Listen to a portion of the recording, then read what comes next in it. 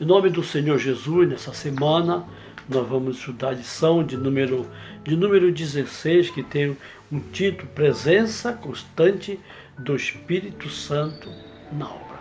Então, essa é uma grande necessidade, desde os patriarcas e profetas, que era a ação do Espírito de Deus na obra, na conversão do pecador. O verso áureo de São João 16, 13 diz assim: quando vier, porém, o Espírito da verdade, ele vos guiará em toda a verdade, porque não falará de si mesmo, mas dirá tudo o que tiver ouvido, e vos anunciará as coisas que hão de vir. Eis uma promessa do Senhor quando esteve na terra, antes de partir. Quando, porém, vier o Espírito da verdade, ele não vai nos guiar em toda a verdade e vai nos fazer lembrar todas as coisas. Isso aconteceu no dia do Pentecostes. A primeira pergunta da nossa lição, ela nos fala assim: que conhecimento é essencial aos membros da igreja?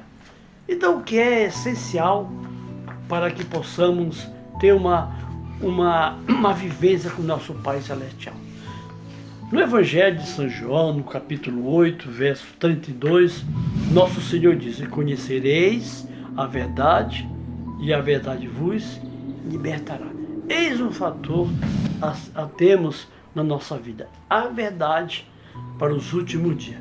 Há um pensamento sagrado, testemunho para ministro, na página 64, que diz assim: os membros da igreja devem saber por experiência o que o Espírito Santo fará por eles.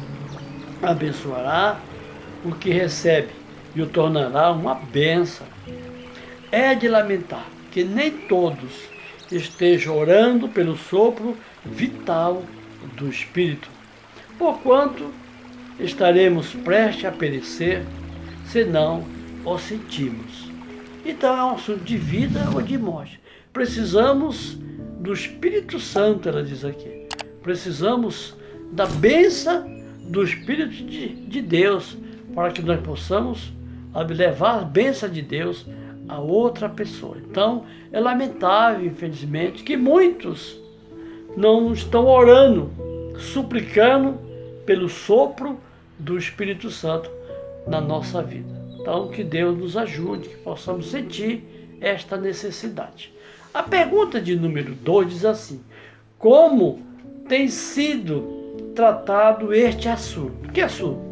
O assunto do Espírito de Deus na nossa vida e no nosso coração. No livro do Apocalipse, há um pensamento que está aqui na nota, o Apocalipse capítulo 2, e o verso 4, que diz assim: tenho, porém, contra ti que deixaste o teu primeiro amor.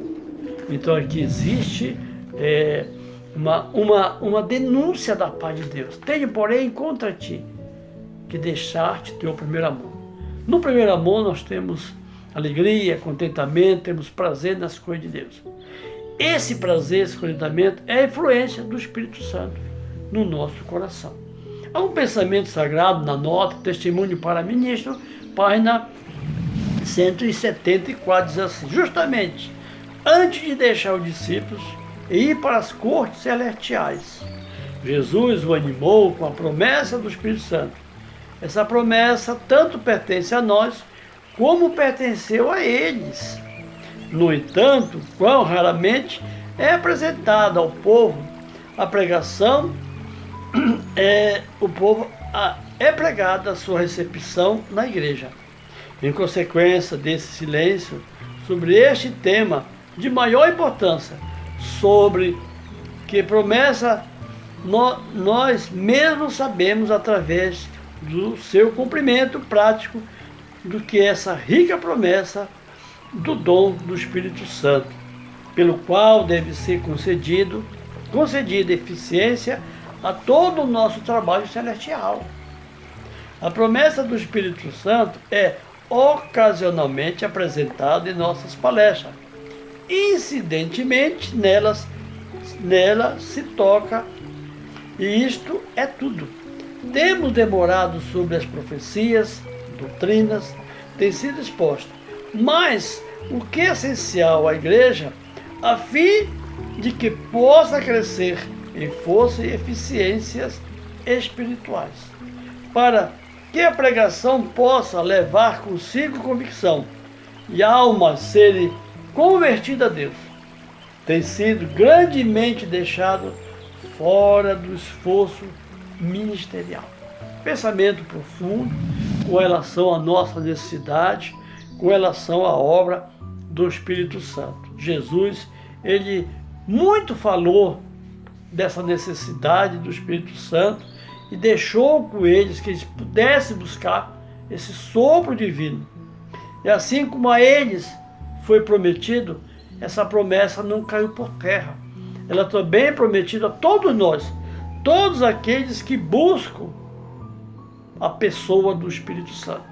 E ela diz aqui que é importante falarmos de doutrina, de assuntos diversos, mas jamais devemos nos esquecer que o Espírito Santo é que dá força, o Espírito Santo é que dá poder à pregação, à eficiência da conversão, do arrependimento dos pecadores.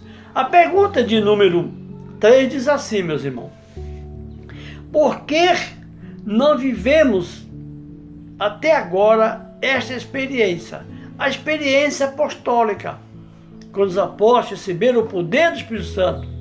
O trabalho foi tão imenso, foi tão progrediu de tal maneira que eles batizavam de 5, 3 mil pessoas.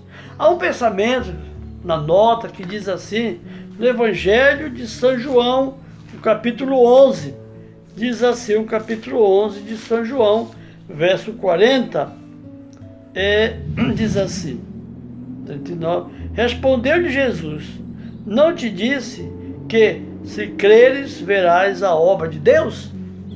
Então Jesus falou isso para a irmã de Lázaro, se creres verás a obra de Deus, né? E assim Marta, ela disse que já cheirava mal, já fazia 4 dias. Assim, irmãos, Jesus pode ressuscitar nosso coração, a nossa vida, vivar o nosso coração. Isso cabe a gente crer nessa promessa da palavra de Deus. O Obreiro Evangélico 284 a 285. Deus prometeu o dom do Espírito Santo à sua igreja. E essa promessa nos pertence da mesma maneira que aos primeiros discípulos, mas como todas as outras promessas, é dada sob condições. Há muitos que professam crer e suplicam as promessas do Senhor. Fala acerca de Cristo e do Espírito Santo. Todavia, não recebe qualquer benefício, porque não se submete à guia e controle dos agentes divinos. Então, a promessa do Espírito Santo é uma necessidade diária na nossa vida. Segundo aqui nós entendemos aqui, a igreja precisa da pessoa do Espírito Santo, assim como os discípulos, os apóstolos precisavam a vida inteira. Mas essa promessa também é condicionais, como a outras promessas. A condição aqui, que condição diz aqui? É condição de suplicar e pedir em nome de Jesus Cristo que Deus nos dê o Espírito Santo. Então o Espírito Santo, nós temos que depender dele. São os agentes divinos para o progresso e o crescimento da nossa vida e da obra do Senhor. A pergunta de número 4 diz assim: onde está a falha? De quê? Onde está a falha de que não há progresso, de que a nossa vida espiritual ela é pequena? A palavra de Deus diz assim em Romanos 8, e o capítulo 5, o apóstolo São Paulo nos dá aqui uma orientação, nos dá uma advertência muito grande. Diz assim Paulo: pois os que são segundo a carne inclinam-se para as coisas da carne, mas os que são segundo o Espírito para as coisas do Espírito. Então vai da nossa necessidade. Se nós somos inclinados para a natureza carnal, inclinados para as coisas materiais, nós não vamos receber. Agora, se somos inclinados para as coisas espirituais, para a obra de Deus, para as coisas do Espírito, seremos enriquecidos com a promessa do Espírito Santo. Há um pensamento no livro Atos Apóstolos, na página 50, que diz assim: o tempo decorrido não operou nenhuma mudança na promessa dada por Cristo ao partir. Promessa esta de enviar o Espírito Santo como seu representante. Não é por qualquer restrição da parte de Deus que as riquezas de sua graça não fluem para a terra em favor dos homens. Se o cumprimento da promessa não é visto como poderia ser, é porque a promessa não é apreciada como devia ser. Se todo estivesse disposto, todos seriam cheios do Espírito Santo. Muito profundo essa nota aqui, que o tempo ele decorreu, mas a promessa do Espírito Santo ainda está de pé. Por quê? Porque o Espírito Santo é o representante de Cristo na terra. Jesus nos representa no santuário. O Espírito Santo nos representa aqui na terra, levando-nos ao arrependimento e à confissão, levando-nos a uma vida espiritual mais próxima de Cristo. E assim ela diz que essa bênção, o Espírito Santo é chamado riqueza do céu. E o cumprimento não é visto. Por quê? Diz ela aqui. Porque não é apreciado. Então devemos dar valor à obra do Espírito Santo no nosso coração.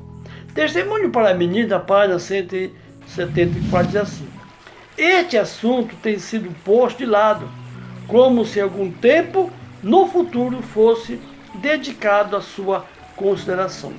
Outras bênçãos e privilégios têm sido apresentados ao povo até se despertar na igreja o desejo de alcançar a prometida bênção do céu.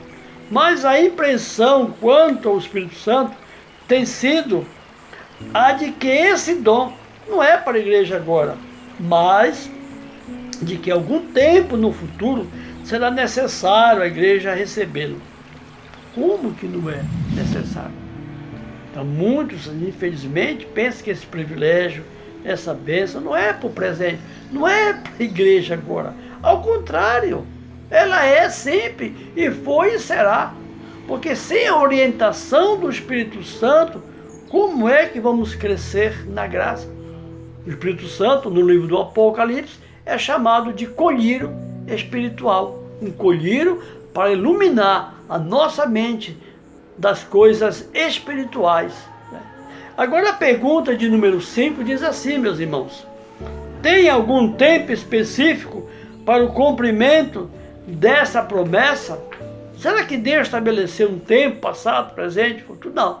Vamos ler um pensamento no livro de Marcos 16, 17, 18.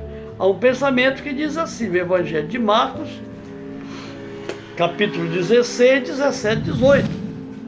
Quem crê e for batizado será salvo, mas quem não crê será condenado. E estes sinais acompanharão aos que crêem. Em meu nome expulsarão demônios e falarão nova língua. Pregarão em serpente, e se beberem alguma coisa mortífera, não lhe fará dano algum. E porão as mãos sobre os enfermos, e eles serão curados. Essa promessa aqui é para aquele que crê, guarda os seus mandamentos, aquele que faz a vontade de Deus, aquele que aceita o batismo de Cristo. Porque o batismo em Cristo Jesus é uma confirmação da minha fé, da minha aceitação a Cristo. E esse trabalho é um trabalho do Espírito Santo. O trabalho que os apóstolos fizeram, expulsaram o demônio, falaram língua, não foi por eles. Eles foram dotados do poder do Espírito Santo. E assim Deus também, Ele quer nos dar essa graça maravilhosa. Enquanto o mundo está sofrendo, Deus quer nos dar o poder do Espírito Santo. Há um pensamento que diz assim: a promessa do Espírito Santo não é limitada a algum século ou raça. Cristo declarou que a divina influência do Espírito deveria estar com seus seguidores até o fim. Desde o dia de Pentecostes até o presente, O Confortador tem sido enviado a todos que se rendem inteiramente ao Senhor e a seu serviço. A todos que aceitam a Cristo como seu Salvador pessoal. O Espírito Santo vem como Consolador, Santificador, Guia e Testemunho. Que maravilhoso pensamento do Atos dos Apóstolos, página 49. Então a promessa do Espírito Santo, como nós estamos vendo aqui nas perguntas, não é limitado a tempo. Essa promessa não ficou para a raça, aquela raça tal, aquele povo tal, não. Essa influência do Espírito Santo, ela é dada a todo seguidor que segue a Cristo como seu Salvador pessoal. No dia do Pentecostes, nós lemos aqui, que ele foi enviado. Ele foi enviado de uma forma que todos se renderam ao serviço de Cristo. Todos se manifestavam. Então, enquanto o Espírito Santo não tiver, quando não tiver uma sede, né, essa ansiedade pelo Espírito Santo, infelizmente nós vamos ser pobres espiritualmente. Então que Deus nos abençoe, que possamos cada dia pedir ao Senhor a presença do Espírito Santo. Diz aqui que ele vem como Consolador, Santificador e Guia. Então, da nossa lição, a pergunta de número 6, que nos fala o seguinte: ao despertar o povo para este importante assunto, o que descobrirão? Então, qual é o assunto que é de importância para nós? O assunto este, o trabalho do Espírito Santo, a ação do Espírito Santo na obra, a necessidade do Espírito Santo na obra de Deus, porque sem ele não há conversão de pecadores. No livro do Provérbios, há um pensamento 16, Salomão diz assim, 16, quanto melhor é adquirir a sabedoria do que o ouro, quanto mais excelente é escolher o entendimento do que a prata. A estrada dos retos desvia-se do mal, o que guarda o seu caminho preserva a sua vida. A soberba procede à destruição e a altivez do espírito procede à queda. Então vamos atrás da sabedoria, vamos atrás do entendimento, vamos nos humilhar o nosso coração. Esse é o conselho, que a sabedoria é mais precioso do que o ouro e do que a prata. E só podemos ter essa sabedoria, esse discernimento, através do divino poder do Espírito Santo. A nota diz assim: meditação de 2005, Filhos e Filhas de Deus, na página 259. Se mediante a graça de Cristo, seu povo se tornam novos odres, ele os encherá com vinho novo. Deus dará mais luz. E velhas verdades serão recuperadas e postas na moldura da verdade. E onde quer que forem os obreiros, hão de triunfar. Como os embaixadores de Cristo, cumpre-lhes pesquisar a Escritura, procurar as verdades ocultas sobre o pó do erro. Todo raio de luz recebido deve ser comunicado aos outros. Um interesse predominará. Um assunto observará todos os outros. Cristo, justiça nossa. Que profundidade desse pensamento, dessa pena inspirada. Então, só mediante a graça de Cristo é que nós podemos tornar nova criatura. Odres era o recipiente onde as pessoas colocavam ali a água, colocavam um líquido para matar a sua sede. E esse recipiente ele ficava velho, ele ficava esquecido. Assim diz aqui que Deus pode nos tornar novo odres, vasos de honra para a sua causa, para a sua obra. E todas as verdades, elas serão recuperadas, as verdades vão ser colocadas na sua moldura, na sua necessidade presente da época em qual vivemos. E nós sabemos que as verdades de Deus estão ocultas sob o pó do erro. E só podemos discernir as verdades só mediante o poder do Espírito Santo. O Espírito Santo é que dá iluminação a todos nós para que possamos entender a sua palavra. A pergunta de número 7 diz assim: que requisito é essencial para o triunfo da verdade. Então, a verdade, como ela é pregada por todos, como ela é divulgada por todos, ela só pode triunfar se tiver um requisito. No no livro de Atos Apóstolos, capítulo 1, verso 8, nosso Senhor fez uma promessa. Essa promessa, ela cumpriu-se ao pé da letra. Jesus disse assim, Atos 1 e o verso 8. Mas recebereis o poder, e ao descer sobre vós o Espírito Santo, e ser-me-eis testemunha, tanto em Jerusalém, como em toda a Judeia e Samaria, e até os confins da terra. Até hoje nós somos beneficiados com o Evangelho da graça de Deus, com o Evangelho das verdades, pela essa influência, pela influência do Espírito Santo, que foi ali derramado sobre os apóstolos. Há um pensamento que diz aqui assim, segundo quinto testemunho, 158, sem o Espírito e o poder de Deus, labutaremos em vão para apresentar as verdades. Então as verdades vão ser apresentadas, mas não vão ter o quê? Convicção, não vai ser entendida. A mensagem para estes dias precisa ser: alimenta seu tempo para nutrir a igreja de Deus. Mas Satanás tem procurado gradualmente roubar o poder desta mensagem, para que o povo não esteja preparado para subsistir no dia do Senhor.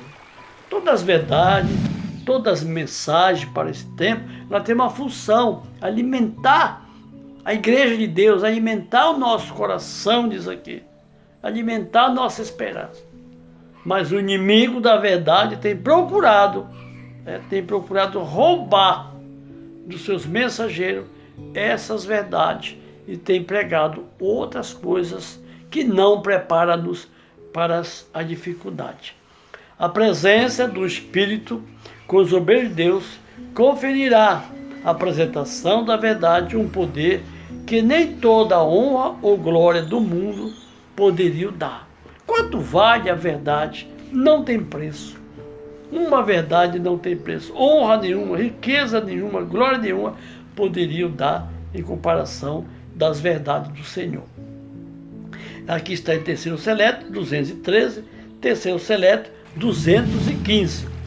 Para que foi registrada a história da obra do discípulo, trabalhando com zelo santo, animados e vitalizados pelo Espírito Santo, senão para que hoje o povo do Senhor obtivesse inspiração para que por ele trabalhar ardorosamente. O que o Senhor fez por seu povo naquele tempo é igualmente ou mais necessário que faça pelos seus na atualidade. Tudo que os apóstolos realizaram deve hoje repetir cada membro da igreja. E nós devemos trabalhar com tanto maior fervor e ser acompanhados do Espírito Santo em medida tanto maior, pois o aumento da impiedade exige um mais decidido apelo ao arrependimento. Então é necessário o Espírito Santo, que na história diz aqui, os discípulos trabalharam animados, vitalizados, eles foram inspirados pelo Espírito Santo, e ali diz aqui que hoje é o mesmo, a necessidade não é diferente, porque nós precisamos levar o pecador a entender o seu arrependimento, a sua aceitação, a justiça de Cristo. E esse trabalho só pode ser acompanhado através da obra do Espírito Santo. Não é o nosso conhecimento, não é a nossa experiência, nada do que temos. É a presença do Espírito de Deus que há de convencer o homem do pecado, do juízo e da justiça. Vamos para a pergunta de número 8. O que Jesus fez com as verdades antes de prometer aos discípulos o dom do Espírito Santo? Então, o que Jesus fez com as verdades? Ele prometeu ao Espírito Santo, em toda a sua obra, Jesus prometia e falava desse poder do Espírito Santo. São João, no capítulo 14, verso 15, há um pensamento bem conhecido por todos, que nos fala o seguinte, São João 14, 15 e 16. Se me amardes, guardarei os meus mandamentos, e eu rogarei ao Pai, e ele vos dará outro ajudador, para que fique convosco para sempre. Então aqui está, é condicional. Ele disse, se você me amar, se vocês guardar meus mandamentos, eu vou rogar ao Pai, e ele há de ter um consolador. O Espírito Santo, ele é conhecido como consolador, orientador, confortador, enfim, tudo que diz respeito à tristeza humana, ele traz alegria e traz esperança para o homem. Mensagem Escolhida, volume 1, página 187. Ele não fez novas revelações aos homens, mas abriu-lhe o entendimento, verdades que há muito havia estado obscurecida ou mal colocada mediante o falso ensino dos sacerdotes e dos doutores. Jesus recolocou a gema da verdade divina em seu próprio engaste, na ordem que havia sido dada aos patriarcas e profetas. E depois de haver-lhe dado estas preciosas instruções, prometeu dar-lhes o Espírito Santo, pelo qual tudo quanto lhe havia dito seria novamente trazido à sua lembrança. Que profundidades aqui nós temos nesse pensamento, Mensagem Escolhida, primeiro volume 184. Então, Cristo, ele não trouxe, diz aqui, novas verdades, ele apenas abriu ao entendimento aquelas verdades que os judeus vinham ouvindo na história sagrada. Ele abriu o entendimento e colocou ela onde? No lugar certo. Os judeus, os sacerdotes, doutores, só faziam impedir o trabalho do Espírito Santo. Jesus falou que o Espírito Santo vai trazer, vai relembrar todas as coisas. E assim diz a palavra de Deus, que foi preciosas instruções. Jesus recapitulava para eles, trazia a lembrança deles. E assim, quando eles foram dotados do poder do Espírito Santo, isso foi trazido com maior tranquilidade. Essa é a obra do Espírito Santo, esse é o benefício que o Espírito Santo faz com todos nós, todos que se submetem à sua vontade, submetem às suas verdades. Deus abençoe e nos faça cônscio da nossa necessidade do Espírito Santo.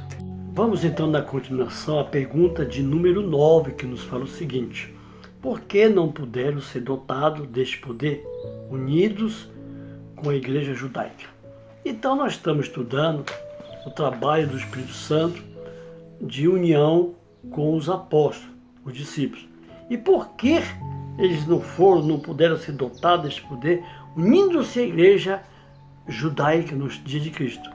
No Evangelho de São Mateus, capítulo 15, versos 7 a 9, diz assim: hipócrita, bem profetizou Isaías a vosso respeito, dizendo: este povo honra-me com seus lábios, mas seu coração, porém, está longe de mim.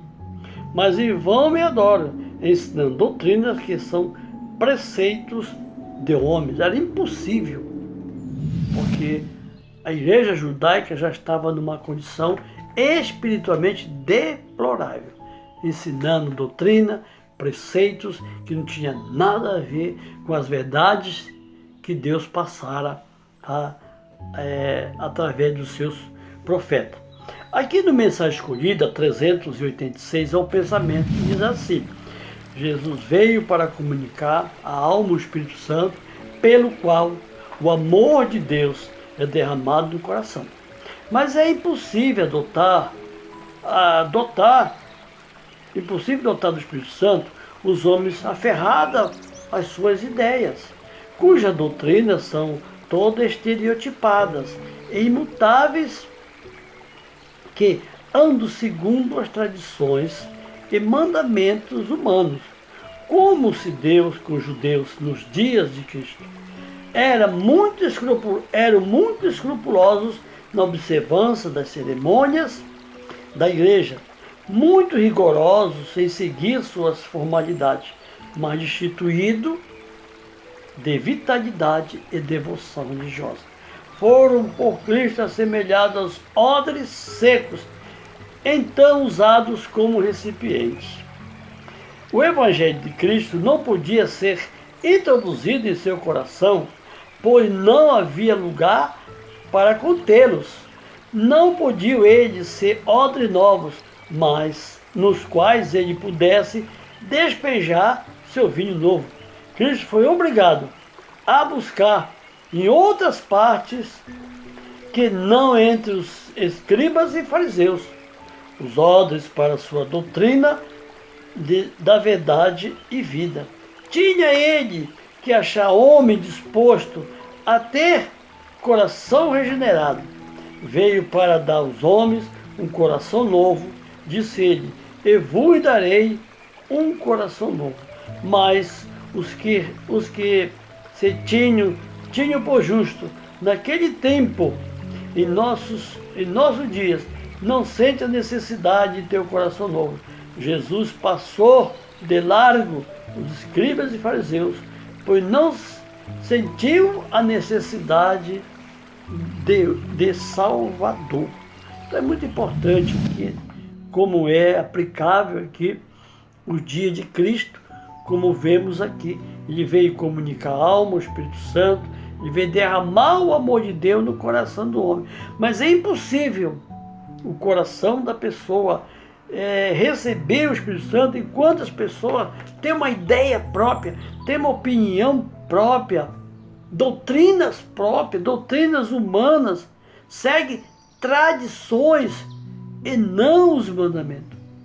Era impossível os judeus, com a situação que estavam, eles receberam os ensinos de Cristo, eles receberam lições simples, dotado de poder, mas com uma eficiência muito grande, com um sentido enorme.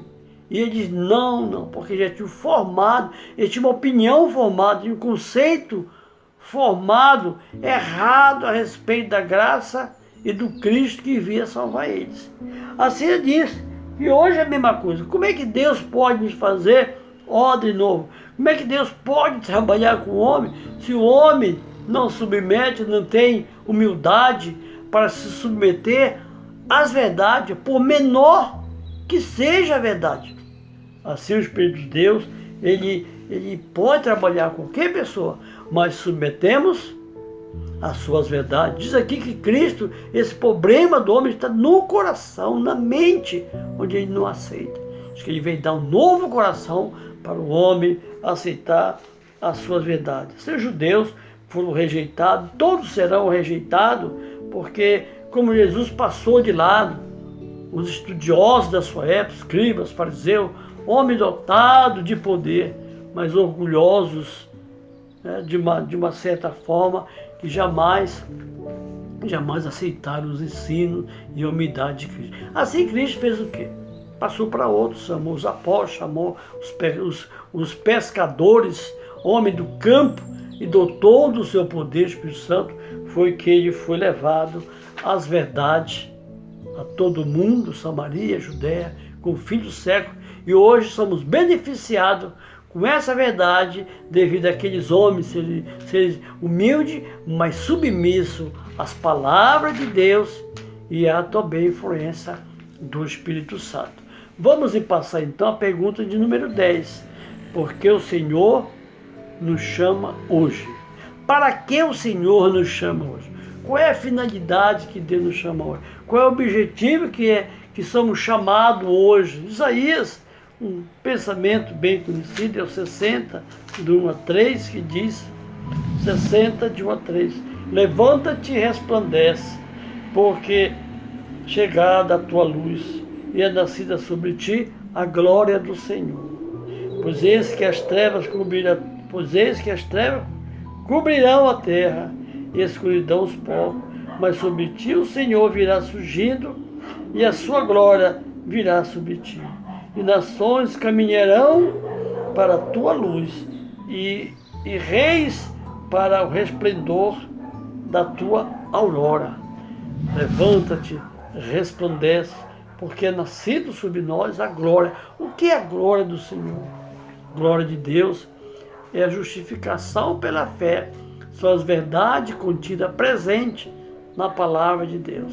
Uma das verdades presentes que nós temos é quando a palavra de Deus diz aqui está sendo santos, guarda os mandamentos de Deus e tem a fé em Jesus, do Apocalipse 14, verso 12.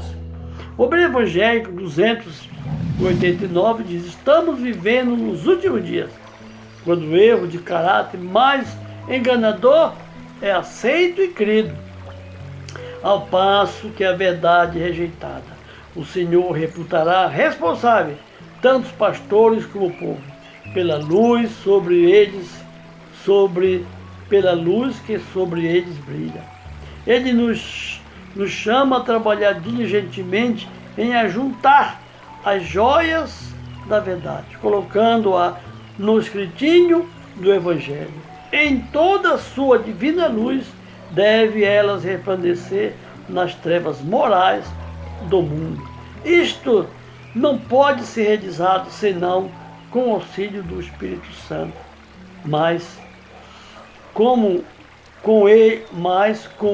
ele podemos fazer todas as coisas.